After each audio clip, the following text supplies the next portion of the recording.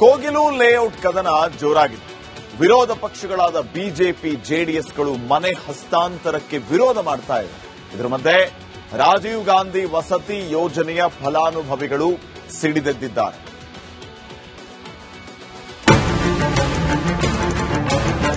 Quality 2.5 ಲಕ್ಷಕ್ಕೆ ನಮಗೆ ಕೊಡಕ್ಕೆ ಹೇಳಿ ಸರ್. 6 ವರ್ಷ ಆಯ್ತು ಸರ್, ದುಡ್ಡು ಕೊಟ್ಟು 1 ಲಕ್ಷ ಕೊಟ್ಟಿಕ್ಕ ಸರ್. ಕೋಗಿಲು ಸಂತ್ರಸ್ತರಿಗೆ ನಾಳೆಯೇ ಸಿಗುತ್ತಾ ಫ್ಲಾಟ್? ಬಂದಿದ್ದೆಷ್ಟು ಅರ್ಜಿ, ಯಾರಿಗೆಲ್ಲ ಸಿಗುತ್ತೆ ಮನೆ? ಜಿಬಿಎ ಬುಲ್ಡೋಜರ್ ಘರ್ಜನೆಗೆ ಕೋಗಿಲು ಲೇಔಟ್ನ 106 ಅಕ್ರಮ ಮನೆಗಳು ನೆಲಸಮ ಆಗಿದೆ. ಸಂತ್ರಸ್ತರಿಗೆ ಫ್ಲಾಟ್ ಕೊಡ್ತೀವಿ ಅಂತ ಸಿದ್ದರಾಮಯ್ಯ ಸರ್ಕಾರ ಭರವಸೆ ಕೊಟ್ಟಿದೆ. ಇದೇ ವಿಚಾರ ರಾಜಕೀಯ ವಾಕ್ಸಮರಕ್ಕೆ ನಾಂದಿ ಹಾಡಿದೆ. ಯಾವುದೇ ಕಾರಣಕ್ಕೂ ಅಕ್ರಮದಾರರಿಗೆ ಮನೆ ಕೊಡಬಾರದು ಅಂತ ಬಿಜೆಪಿ ಪಟ್ಟು ಹಿಡಿದಿದೆ. ಪರ ವಿರೋಧದ ಮಧ್ಯೆ ಕಾಂಗ್ರೆಸ್ ನಿರಾಶ್ರಿತರಿಗೆ ಮನೆ ಕೊಡೋದಕ್ಕೆ ಮುಂದಾಗಿದೆ.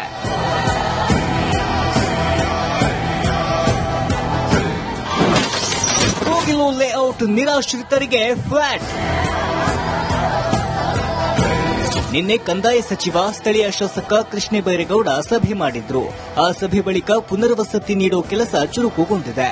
ಅರ್ಹತೆ ಹೊಂದಿರುವವರಿಗೆ ಮಾತ್ರವೇ ರಾಜೀವ್ ಗಾಂಧಿ ವಸತಿ ಯೋಜನೆಯಲ್ಲಿ ಮನೆ ಕೊಡುವುದಕ್ಕೆ ಮುಂದಾಗಿದೆ. ಫಕೀರ್ ಲೇಔಟ್ ಪಕ್ಕದಲ್ಲೇ ಇರೋ ಸರ್ಕಾರಿ ಶಾಲೆಯಲ್ಲಿ ಕಂದಾಯ ಅಧಿಕಾರಿಗಳು, ಜಿಬಿಎ, ಬೆಸ್ಕಾಂ ಮತ್ತು ರಾಜೀವ್ ಗಾಂಧಿ ವಸತಿ ಇಲಾಖೆಯ ಅಧಿಕಾರಿಗಳು ಅರ್ಹತೆ ಹೊಂದಿರೋ ಅರ್ಜಿಗಳನ್ನು ಮರುಪರಿಶೀಲನೆ ಮಾಡುತ್ತಿದ್ದಾರೆ. ಪ್ರಾಥಮಿಕ ಹಂತದಲ್ಲಿ ಅಂದಾಜು 37 ಅರ್ಜಿಗಳು ಮಾತ್ರ ಅರ್ಹತೆ ಹೊಂದಿವೆ. ಅವರಿಗಷ್ಟೇ ಮನೆ ಸಿಗುವ ಸಾಧ್ಯತೆ ಇದೆ.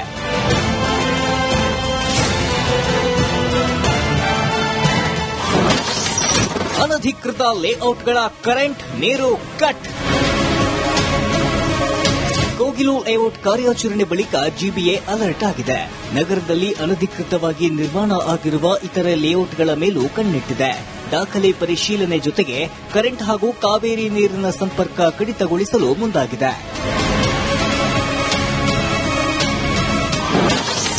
ಸಬ್ಸಿಡಿ ಕೇಳ್ತಿದ್ದಾರೆ ಚಿಕ್ಕಲ್ಲೂರು, ರಾಂಪುರದ ಜನರು.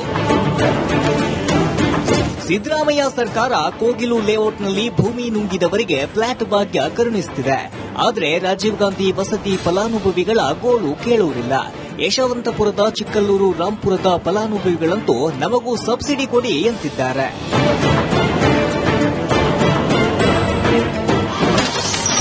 ಸಬ್ಸಿಡಿ ಕೊಡಿ ಸ್ವಾಮಿ. ಯಶವಂತಪುರದ, ಚಿಕ್ಕಲ್ಲೂರು, ರಾಂಪುರದ ವಸತಿ ಯೋಜನೆ ಫಲಾನುಭವಿಗಳು ಸರ್ಕಾರದ ವಿರುದ್ಧ ಸಿಡಿದೆದ್ದಿದ್ದಾರೆ. ಸರ್ಕಾರ ಕೋಗಿಲು ನಿವಾಸಿಗಳಿಗೆ 2 ಲಕ್ಷಕ್ಕೆ ಮನೆ ಕೊಡುತ್ತಿದೆ. ಈ ಹಿಂದೆ ಮನೆ ಖರೀದಿಸಿದವರಿಗೆ ಮತ್ತೊಂದು ನಿಯಮ ಮಾಡ್ತೀರಾ? ನಮಗೂ ಕೋಗಿಲು ನಿವಾಸಿಗಳಂತೆ ಸಬ್ಸಿಡಿ ನೀಡಬೇಕೆಂದು ಪಟ್ಟು ಹಿಡಿದಿದ್ದಾರೆ. 7 ಲಕ್ಷ ರೂಪಾಯಿ ಕೊಟ್ಟು ರಾಜೀವ್ ವಸತಿ ಯೋಜನೆಯಲ್ಲಿ ಮನೆ ಖರೀದಿಸಿದವರ ಪ್ರಕಾರ ಸದ್ಯ 7 ಲಕ್ಷ ರೂಪಾಯಿ ಸಾಲಕ್ಕೆ 7 ಲಕ್ಷ ಬಡ್ಡಿಯಾಗಿದ್ದಂತೆ. ಆದ್ದರಿಂದ ಕೋಗಿಲು ಲೇಔಟ್ ನಿವಾಸಿಗಳಂತೆ ನಮಗೂ ಸಬ್ಸಿಡಿ ಕೊಡಿ ಎಂದು ಆಗ್ರಹಿಸುತ್ತಿದ್ದಾರೆ. ಈ ಸೈಟ್ಗೆ ಬಂಡವಾಳ ಆಗ್ತಿದೆ ಸರ್. ಇವಾಗ ಈ ಮನೆ ವಾಸಕ್ಕೆ ಬರಕ್ ಆಗತ್ತಲ್ಲ ಸರ್, ತುಂಬಾ ಕಷ್ಟ ಸರ್.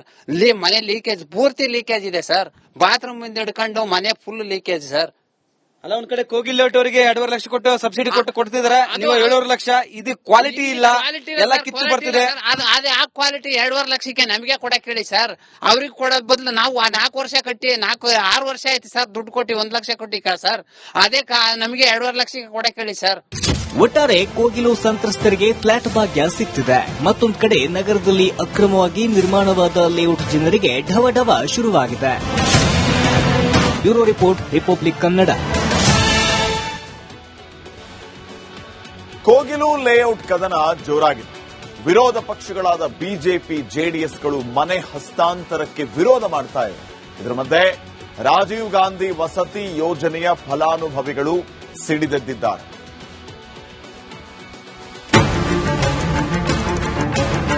ಕ್ವಾಲಿಟಿ 2.5 ಲಕ್ಷಕ್ಕೆ ನಮಗೆ ಕೊಡಕ್ಕೆ ಹೇಳಿ ಸರ್.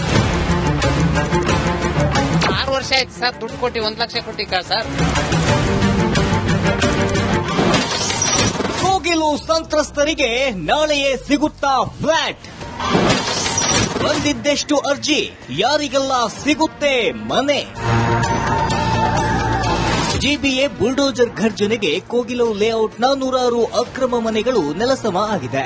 ಸಂತ್ರಸ್ತರಿಗೆ ಫ್ಲಾಟ್ ಕೊಡ್ತೀವಿ ಅಂತ ಸಿದ್ದರಾಮಯ್ಯ ಸರ್ಕಾರ ಭರವಸೆ ಕೊಟ್ಟಿದೆ. ಇದೇ ವಿಚಾರ ರಾಜಕೀಯ ವಾಕ್ಸಮರಕ್ಕೆ ನಾಂದಿ ಹಾಡಿದೆ.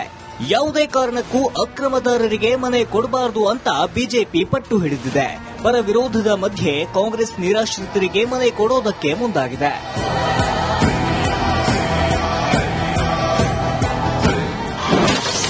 ಕೋಗಿಲು ಲೇಔಟ್ ನಿರಾಶ್ರಿತರಿಗೆ ಫ್ಲಾಟ್.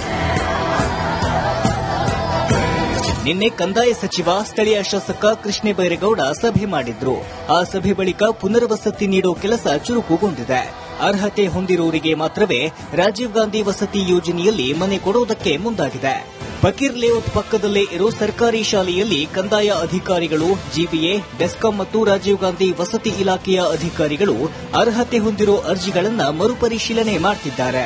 ಪ್ರಾಥಮಿಕ ಹಂತದಲ್ಲಿ ಅಂದಾಜು 37 ಅರ್ಜಿಗಳು ಮಾತ್ರ ಅರ್ಹತೆ ಹೊಂದಿದೆ. ಅವರಿಗಷ್ಟೇ ಮನೆ ಸಿಗುವ ಸಾಧ್ಯತೆ ಇದೆ.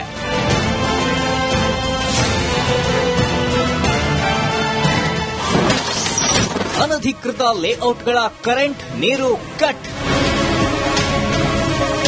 ಕೋಗಿಲು ಲೇಔಟ್ ಕಾರ್ಯಾಚರಣೆ ಬಳಿಕ ಜಿಬಿಎ ಅಲರ್ಟ್ ಆಗಿದೆ. ನಗರದಲ್ಲಿ ಅನಧಿಕೃತವಾಗಿ ನಿರ್ಮಾಣ ಆಗಿರುವ ಇತರೆ ಲೇಔಟ್ಗಳ ಮೇಲೂ ಕಣ್ಣಿಟ್ಟಿದೆ. ದಾಖಲೆ ಪರಿಶೀಲನೆ ಜೊತೆಗೆ ಕರೆಂಟ್ ಹಾಗೂ ಕಾವೇರಿ ನೀರಿನ ಸಂಪರ್ಕ ಕಡಿತಗೊಳಿಸಲು ಮುಂದಾಗಿದೆ.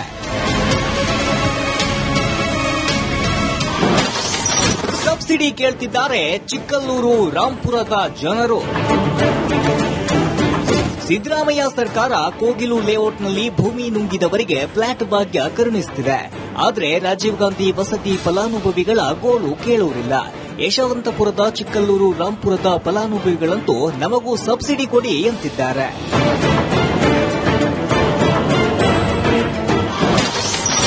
ಸಬ್ಸಿಡಿ ಕೊಡಿ ಸ್ವಾಮಿ. ಯಶವಂತಪುರದ, ಚಿಕ್ಕಲ್ಲೂರು, ರಾಂಪುರದ ವಸತಿ ಯೋಜನೆ ಫಲಾನುಭವಿಗಳು ಸರ್ಕಾರದ ವಿರುದ್ಧ ಸಿಡಿದೆದ್ದಿದ್ದಾರೆ. ಸರ್ಕಾರ ಕೋಗಿಲು ನಿವಾಸಿಗಳಿಗೆ 2 ಲಕ್ಷಕ್ಕೆ ಮನೆ ಕೊಡುತ್ತಿದೆ. ಈ ಹಿಂದೆ ಮನೆ ಖರೀದಿಸಿದವರಿಗೆ ಮತ್ತೊಂದು ನಿಯಮ ಮಾಡ್ತೀರಾ, ನಮಗೂ ಕೋಗಿಲು ನಿವಾಸಿಗಳಂತೆ ಸಬ್ಸಿಡಿ ನೀಡಬೇಕೆಂದು ಪಟ್ಟು ಹಿಡಿದಿದ್ದಾರೆ.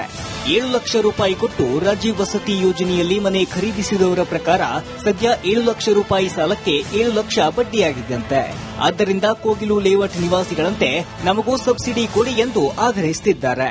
ಈ ಸೈಟ್ಗೆ ಬಂಡವಾಳ ಹಾಕ್ತಿರಿ ಸರ್. ಇವಾಗ ಈ ಮನೆ ವಾಸಕ್ಕೆ ಬರಕ್ ಆಗತ್ತಾ ಇಲ್ಲ ಸರ್. ತುಂಬಾ ಕಷ್ಟ ಸರ್. ಇಲ್ಲಿ ಮನೆ ಲೀಕೇಜ್, ಪೂರ್ತಿ ಲೀಕೇಜ್ ಇದೆ ಸರ್. ಬಾತ್ರೂಮ್ ಇಂದ ಹಿಡ್ಕೊಂಡು ಮನೆ ಫುಲ್ ಲೀಕೇಜ್ ಸರ್. ಅಲ್ಲ, ಒಂದ್ ಕಡೆ ಕೋಗಿಲ್ ಲೇಔಟ್ ಅವರಿಗೆ 2.5 ಲಕ್ಷ ಕೊಟ್ಟು ಸಬ್ಸಿಡಿ ಕೊಡ್ತಿದಾರೆ. ನೀವು 7.5 ಲಕ್ಷ. ಇದು ಕ್ವಾಲಿಟಿ ಇಲ್ಲ, ಎಲ್ಲ ಕಿತ್ತು ಬರ್ತಿದೆ. ಅದೇ ಆ ಕ್ವಾಲಿಟಿ 2.5 ಲಕ್ಷಕ್ಕೆ ನಮಗೆ ಕೊಡಕ್ ಹೇಳಿ ಸರ್. ಅವ್ರಿಗೆ ಕೊಡೋದ್ ಬದಲು ನಾವು 4 ವರ್ಷ ಕಟ್ಟಿ 6 ವರ್ಷ ಆಯ್ತು ಸರ್, ದುಡ್ಡು ಕೊಟ್ಟಿ 1 ಲಕ್ಷ ಕೊಟ್ಟಿ ಸರ್. ಅದೇ ನಮಗೆ 2.5 ಲಕ್ಷಕ್ಕೆ ಕೊಡಕ್ ಹೇಳಿ ಸರ್. ಒಟ್ಟಾರೆ ಕೋಗಿಲು ಸಂತ್ರಸ್ತರಿಗೆ ಫ್ಲಾಟ್ ಭಾಗ್ಯ ಸಿಗ್ತಿದೆ. ಮತ್ತೊಂದು ಕಡೆ ನಗರದಲ್ಲಿ ಅಕ್ರಮವಾಗಿ ನಿರ್ಮಾಣವಾದ ಲೇಔಟ್ ಜನರಿಗೆ ಢವಢವ ಶುರುವಾಗಿದೆ. Bureau report, republic Kannada.